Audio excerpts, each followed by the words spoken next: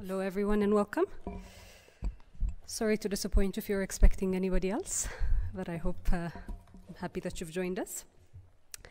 This is a resumption of the briefings that we've been having from this office.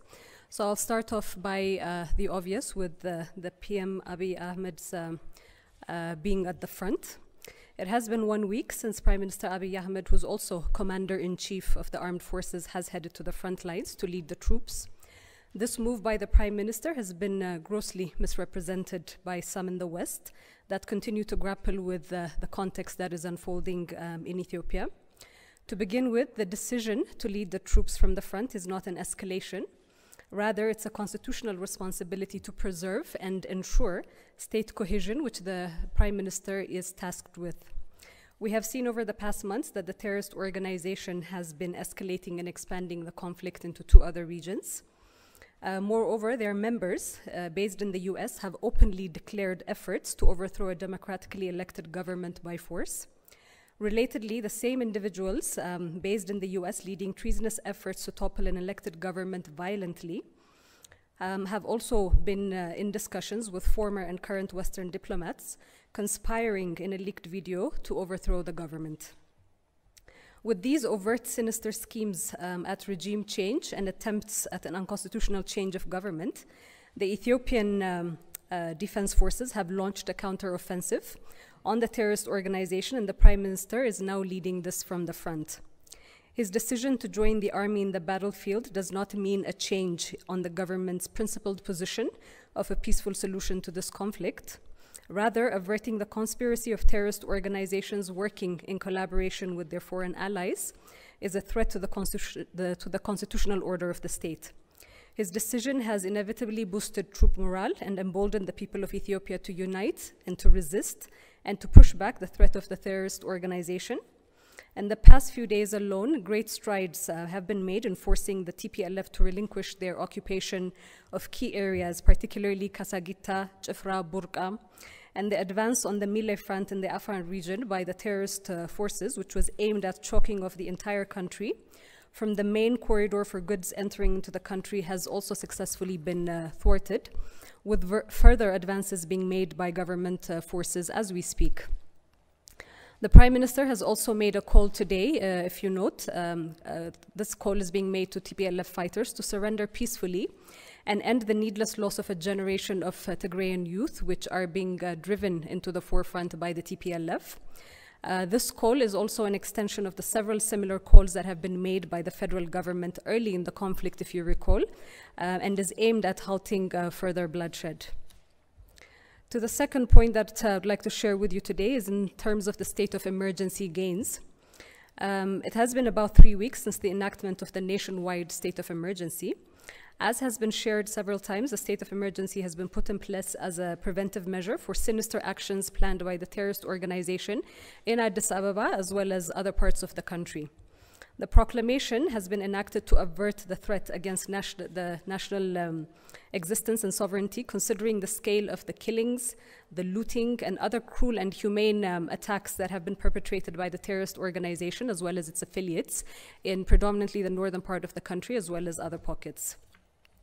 So the state of emergency thus far has been highly effective in foiling the plan of the terrorist groups who have tentacles embedded within civilian populations and are working with foreign powers to weaken and destroy Ethiopia.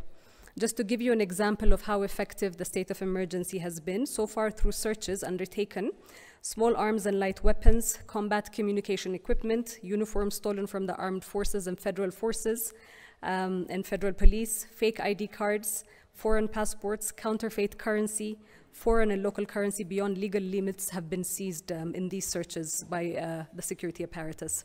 So this small example gives the extent of organizing that the terrorist group has been undertaking through its networks to continue undertaking these heinous crimes throughout the country, but which are being foiled and thwarted. Moving to the third point in terms of sharing with you the humanitarian response update in the northern part of the country. Just to share with you some recent data that has been received from the National Disaster Risk Management Commission. In the Amhara region, as per the Regional Emergency Coordination Committee report, the escalation of the conflict by the TPLF into the Amhara region has displaced more than 1.1 million people in the region. The IDPs are mainly from Wagamra, North Gondar, South Gondar, Central Gondar, North Wallo, South Wallo, North Showa zones of the region, and Walqaita Zagade. Currently, at the Amhara regional level, more than 5.6 million people have been affected by the conflict, and emergency food assistance by the government, partners, local community, as well as private sector actors is being facilitated. In the Afar region, the affected population is estimated at more than 260,000 and displaced persons at more than 100,000. Nevertheless, this data will no doubt increase considering the attacks of the TPLF that had been waged on the people of Afar in the past couple of weeks. So we will see probably a revision of these figures in that regard. With regards to provision of support in the region, the federal government, the National Disaster Risk Management Commission, together with regional counterpart and partners, are mobilizing resources for the IDPs in the region. As of October 21, 2021, and the government of Ethiopia and partners have distributed over 36,000 quintals of food for more than 235,000 displaced people. The food consists of wheat, rice, pulse, oil, and wheat. And Regional Health Bureau is deploying mobile health teams in conflict-affected waradas and IDP sites. Specifically to humanitarian assistance within the Tigray region, since November 23, the United Nations UN Humanitarian Air Service flights to Mekelle have resumed. Humanitarian partners were able to rotate their staff in and out of Tigray and transfer operational cash to the region. Since then, 2 rounds of flights have been conducted. Through UNHAS flights, 19 partners transported an estimated Ethiopian birr 40 million to Mekelle for the administration and program budgetary expenditures. 353 trucks with humanitarian supplies are currently headed to the Tigray regional state from Samara through Abala Road, carrying more than 9,600 metric tons of food and 1,680 metric tons of non-food items. And a total of 116 trucks have already reached Mekelle town over the past few days. From July to October alone, the National Disaster Risk Management Commission has facilitated humanitarian cargo movement through Samara to Abala corridor. In total, up to 1,114 trucks have been deployed to the Tigray regional state to deploy humanitarian cargo from Samara to Mekelle through the Abala corridor, and only 322 trucks have been returned. So those trucks are still unaccounted for, but we know where we're seeing those trucks popping up. On current peace and security situation in the country, there is no doubt that Ethiopia is engaged in conflict with a belligerent terrorist organization that is employing a playbook terrorist tactics. While there are conflict pockets, it is also erroneous to portray the entire country as being engulfed in an all-out civil war. The Ethiopian government repeats that fear and panic mongering about the situation in Addis Ababa and the country is irresponsible and unnecessary. It is extremely disappointing that some key partners have been taking the lead here and also encouraging and mobilizing other partners to further intensify this rhetoric of doom. Creating an atmosphere of fear and insecurity for political purposes is squarely to be rejected. The government of Ethiopia has achieved decisive military victory over the terrorist group and regained control of areas, as has been witnessed over the past few days. Measures against the terrorist group will continue until TPLF no longer becomes a threat to the peace and security of the country. On commitment to accountability that has been taken by the federal government, it is to be recalled that last month, upon the joint investigation report issued by the Ethiopian Human Rights Commission and the United Nations High Commission for Human Rights, the Prime Minister had committed to following up on the recommendations that were given in that report. And at that point had been announced that a joint ministerial task force would be set up for this purpose. In that regard, the interministerial task force to oversee redress accountability measures in response to human rights violations committed in the context of the conflict in the northern part of Ethiopia has officially started its work yesterday. by adopting a comprehensive strategy and action plan for the implementation of the recommendations that had been provided within the joint investigation. So this strategy and action plan will cover all serious violations that have been committed in the context of the conflict. Mind you that the report is limited to the extent that it investigated only atrocities that had been committed prior to the unilateral humanitarian ceasefire being enacted. However, this strategy and action plan will also include those that have occurred in Afar and Amhara regional states after the ceasefire was declared by the federal government. To carry out its work, the task force has established 4 committees that will focus on investigation and prosecution. Second one to focus on refugees and internally displaced persons affairs. A third one looking into sexual and gender-based violence. And the last one on resource mobilization. The task force has directed the Committee on Investigations and Prosecutions to begin operationalizing a specialized joint civil-military investigation and prosecutorial unit with the requisite operational autonomy to ensure accountability through a transparent and robust legal process. Another part of today's briefing that I want to share in a little bit broader conversation is the disinformation campaign that continues being waged against Ethiopia by TPLF and also distributed by TPLF sympathizers. Firstly, there continues to be a purposeful disregard that the nation was pushed into this conflict by TPLF. This is an organization that has been the common denominator in 3 wars within the country over the past 30 years. It is designated a terrorist organization by the Ethiopian parliament. The US Homeland Security have previously indicated that TPLF qualifies as a Tier 3 terrorist organization. It has made alliances with other terrorist organizations operating in the country, and yet a democratically elected government is equated with a terrorist organization just because this particular clique may have best friends in hegemonic circles within the West. Secondly, I would like to highlight the distorted views being drawn from statements and news developed in the Amharic language. Many Western media are complicit in this, particularly in exaggerating issues based on erroneous translations. The recent erroneous reporting being made that media have been clamped down by the state of emergency from reporting on the conflict. This is purposeful disinformation.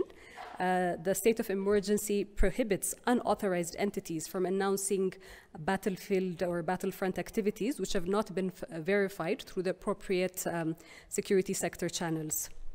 Thirdly, the purposeful crafting of the situation as genocide and as ethnic cleansing has been shaped over the past year to gain international sympathy for regime change efforts.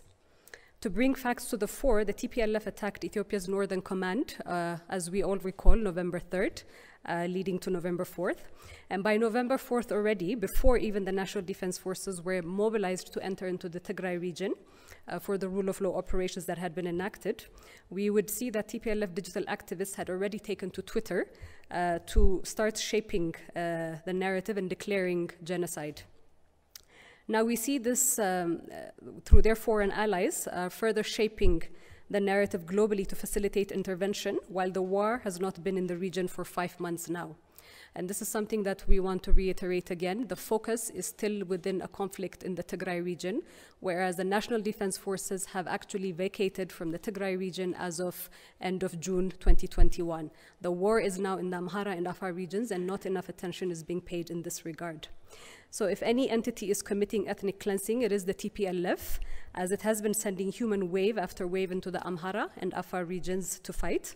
And it's important to remind everyone here that TPLF is employing the same narrative tactics it employed in the 80s as it was trying to gain advances within different parts of the country, as well as the city. So the same playbook, if there's anybody who's interested in deep investigative reporting, you would see that it's a play-by-play tactic, particularly in terms of the psychological warfare and the propaganda that's being employed. The only difference now is that the advent of social media as a tool for propaganda and psychological warfare is being employed by this group. I would like to raise here a concerning trend we are also witnessing on social media platforms, on mainstream media, and also on academic circles, which is the silencing of pro-Ethiopia voices and the propping up of regime change and pro-TPLF narratives instead. On social media, particularly, we have reason to believe that Twitter is targeting and suspending pro-Ethiopia voices that are raising awareness about the TPLF's atrocities and its lies. We have shared this with their policy team, that we believe Twitter has been infiltrated by TPLF sympathizers in the same manner that many democratic institutions and corporate spaces have also been infiltrated to provide a TPLF narrative. On some mainstream Western media, we have, of course, seen the anti-Ethiopian government perspective dominate. Again, we have seen this trend before in many countries where media was used to effectively demonize governments and their leaders in order to facilitate regime change, and the same is playing now. We have seen academic circles in the West being co-opted to magnify TPLF as a victim narrative and shaping that narrative.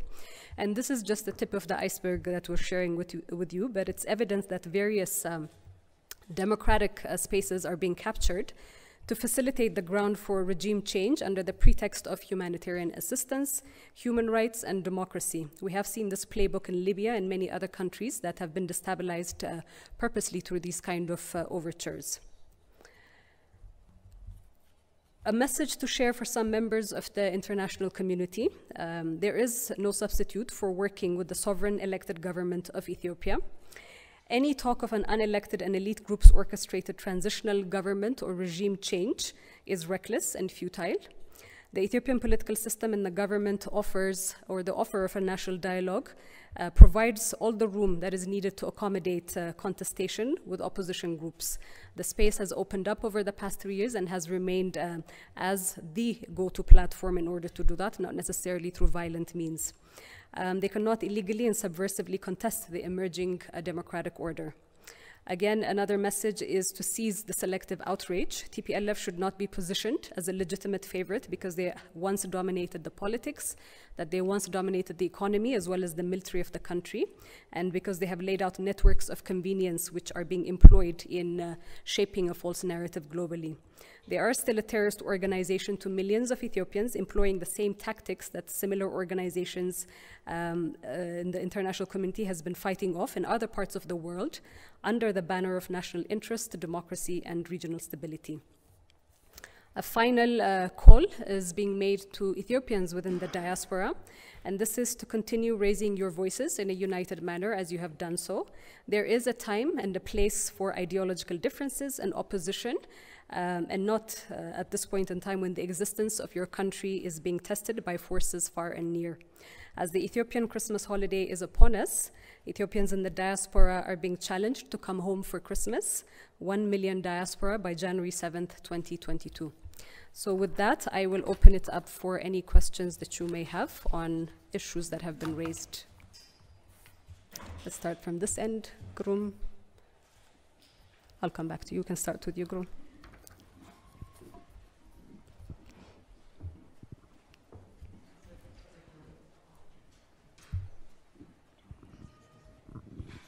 Thank you so much, Belén. Groom, CGTN. My question is on the humanitarian effort first. You've said that trucks are entering the Tigray regional state, but what about in the Amhara and Afar regional states? Because you've said that millions of people are in jeopardy now, in need of perhaps everyday food support for them to survive, and many others are also still falling into that kind of category. What needs to be done also from the international community to support the government in its effort of addressing the humanitarian situation in the other regional states, including Tigray as well? The other question is, war is continuing, as you've said. The government is not going to stop offensive until TPLF ceases to be a threat for the country, as per your statement. But is there any final slight chance for a peaceful resolution as per the pitch of the African Union? Thank you. Thank you, Gru. Pertaining to your first question, I had highlighted a little bit some of the data that had been received from the National Disaster Risk Management Commission on updates with regards to humanitarian assistance for internally displaced people from the Amhara region, as well as those that are in need. And indeed, As I was elaborating earlier on, there is a misconception, still a misconception that exists that active combat is happening, or an active combat is happening within the Tigray region, which is not the case. The National Defense Forces have been outside of the Tigray region for the past 5 months. So a lot of the fighting is happening on the territory of the Amhara and Afar regions. A lot of lives have been lost within the Amhara and Afar regions. A lot of property has been looted, livelihoods that have been damaged as well, and has created a very strong insecurity within the region of Amhara and Afar regions. But there's not enough attention that is being paid from the international community. We are seeing particularly, an overabundant rhetoric coming back again and again, that assistance is only needed within the Tigray region, which is not the case. As I was just mentioning to you, about 5.6 million people within the Amhara region are affected as a result, as a direct result of TPLF's belligerence as well. So there are partners that are supporting within the Amhara region, but this needs to be really scaled up. The call for TPLF to cease its belligerence and its violence within these regions needs to be also called, because the silence is aiding and abating them, and further giving them ammunition in a way, because they are not being held accountable for the livelihoods that they're destroying and the lives that they're destroying. So that call is to ensure that there's enough focus on the need for humanitarian assistance within the Afar and Amhara regions as well. On your second question on the potential for peace, again, I reiterate that the federal government and the Prime Minister, the administration that he's been leading, the pathway to peace has always been there. The pathway to peace has been there from the beginning, as TPLF were drumming the war narrative before the altercation. The pathway to peace was there once it had been started. The pathway to peace was there when the humanitarian ceasefire was enacted. Several calls even before that for TPLF to surrender, for TPLF fighters to be given amnesty, and that the focus of the rule of law operations was only on seizing and apprehending the higher echelons of the TPLF and providing or giving amnesty for the rest of the fighters. The same call has been made today, but those calls are falling on deaf ears. And we hope that particularly, people within the Tigrayan community in the diaspora are also pushing for TPLF to cease and desist on this belligerent activities.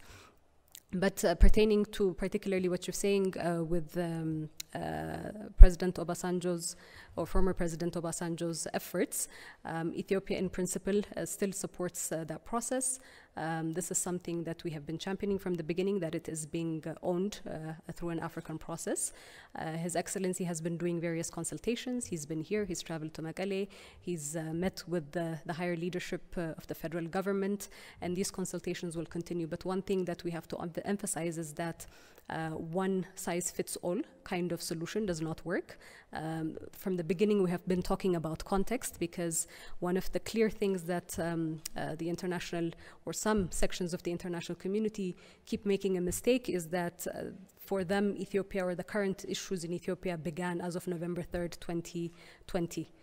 But there is context to that, context to the 3 years in which TPLF's tentacles were being laid, and the networks for what they were doing, for what they're doing right now, have been laid. The 27 years in which they had been ruling the country as well, and the destabilizing efforts that have ensued as a result of that. So considering the complexity of the situation, you cannot bring a one-size-fits-all kind of solution and expect it to hold water. It cannot be something that's hastened. It has to go through its own process, and an Ethiopian process and an African process. But the potential for peace is something that the government is actively championing. Ravi? You mentioned some of the measures carried out under the state of emergency. A number of groups, including the Ethiopian Human Rights Commission, have voiced concern that arrests under the state of emergency have been carried out on the basis of identity. And there also have been some reports of violence against ethnic Tigrayans in parts of Wollo and in Bahir Dar. Is the government taking any steps to tamp down anti-Tigrayan sentiment, and is this something that is of concern to the federal government in the context of the conflict? And secondly, to come back to the pathway to peace, I hear you saying that a pathway to peace exists. At the same time, if I understand your comments, you're saying that the TPLF would need to surrender before talks could happen, or that pathway could be explored. Could you elaborate a bit on that? Is that really a requirement, or is there a scenario in which peace could be explored short of a surrender of one of the warring parties? Thank you. Okay. On the implementation of the state of emergency, this blanket portrayal of anti-Tigrayan sentiment is erroneous, and it's a dangerous narrative. Again, something that's being perpetrated globally, because Tigrayans are not a homogeneous group, and to treat a group of people as a homogeneous group is really not understanding the context of the country as well. There are many apolitical Tigrayans that are within the country as well, that are part of the government too. There are TPLF sympathizing individuals. There are TPLF members that have been also, a part of the networks that TPLF has laid out that have infiltrated the cities as well throughout the country. So taking measures against particular TPLF operatives that have taken a mandate from the TPLF to destabilize need not be mixed with Tigrayans, and that anti-Tigrayan sentiment that you talk about, this narrative shaping, is really creating more problems because it's more narrative than it is actually a reality. But in terms of any discrepancies that may arise with regards to the implementation of the state of emergency, the good thing is that a state of emergency inquiry board has been established, which is overseeing the application of the state of emergency and the implementation. So any complaints in how it's being implemented are raised to the State of Emergency Inquiry Board, which will investigate and lay out the pathway to any rectifications that need to be made. I haven't stated about any conditionality to it. I had just given at the beginning context to why the counteroffensive was launched. The counteroffensive being the amp up rhetoric to siege Addis Ababa, to overthrow a democratically elected government, the continued killings that are happening in the Afar and Amhara regions by the TPLF. So at this point in time, a priority for the government of Ethiopia is to thwart off these threats. So alongside that, it doesn't mean that the processes for peace will not be laid out. We have talked before about national dialogue and the pipeline, the principles, the architecture, and the institutions that are being set up for that. So we should not think of it just in terms of a siloed approach, but confronting, the nation is confronted right now with an existential threat that it is attempting to adequately address. We'll go to this side, if any questions.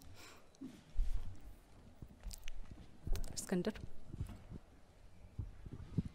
Thank you very much, Billani.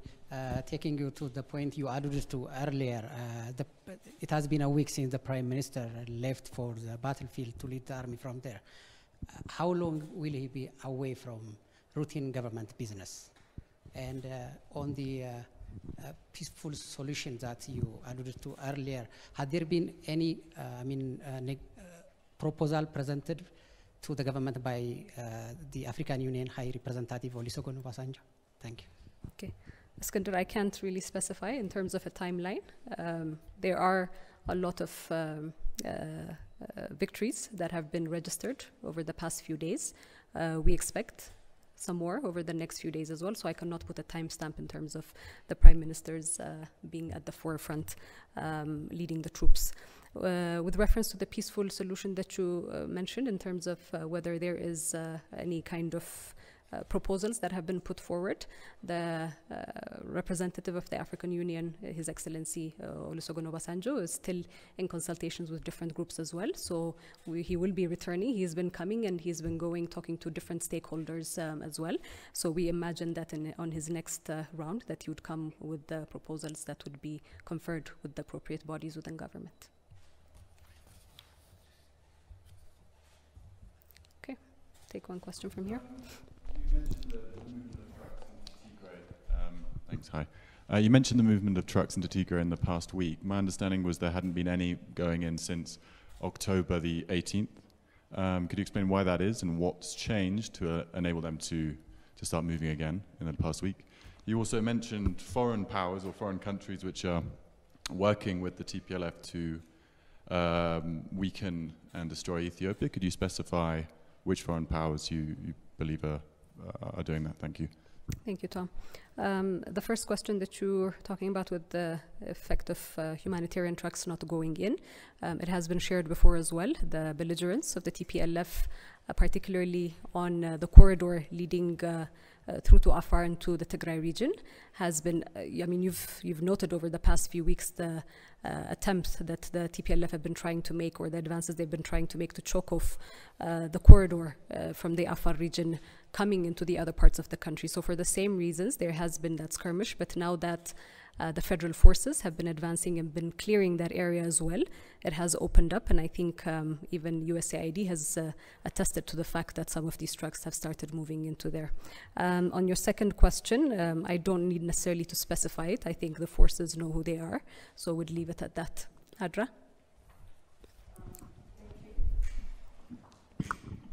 Thank you. So the areas, especially in Afar, that you mentioned have been taken, liberated by ENDF. What is the plan in place to return IDPs to their homes, like people who moved from Chifra or Kasagita or the other areas? If there is any plan in place to bring them back. The other one is, we have seen on different, I think, local stations on the treatment of fighters who were injured in action. What is the treatment that they have been given so far, and which organizations? On the what? Sorry, I didn't hear the second part. Fighters who were injured in the front lines. How is the treatment that they're being given, and what they're being provided with, and if there are any organizations that are helping and assisting in this area in addition to the humanitarian support that they've been giving.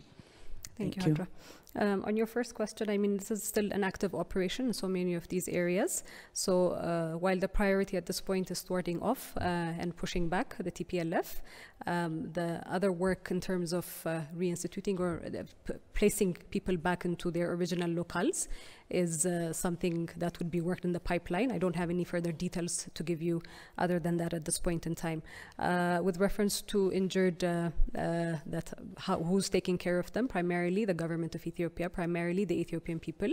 If you've seen over the past weeks, over the past months, there is a strong drive rooted in the culture of Ethiopia to support each other. So you have communities, you have private sector, you have the government sector all coming together to respond to the needs of displaced people as well as persons that are also injured during combat. So I think I'll close it off at that, and we'll come back at another time with more updates. Thank you.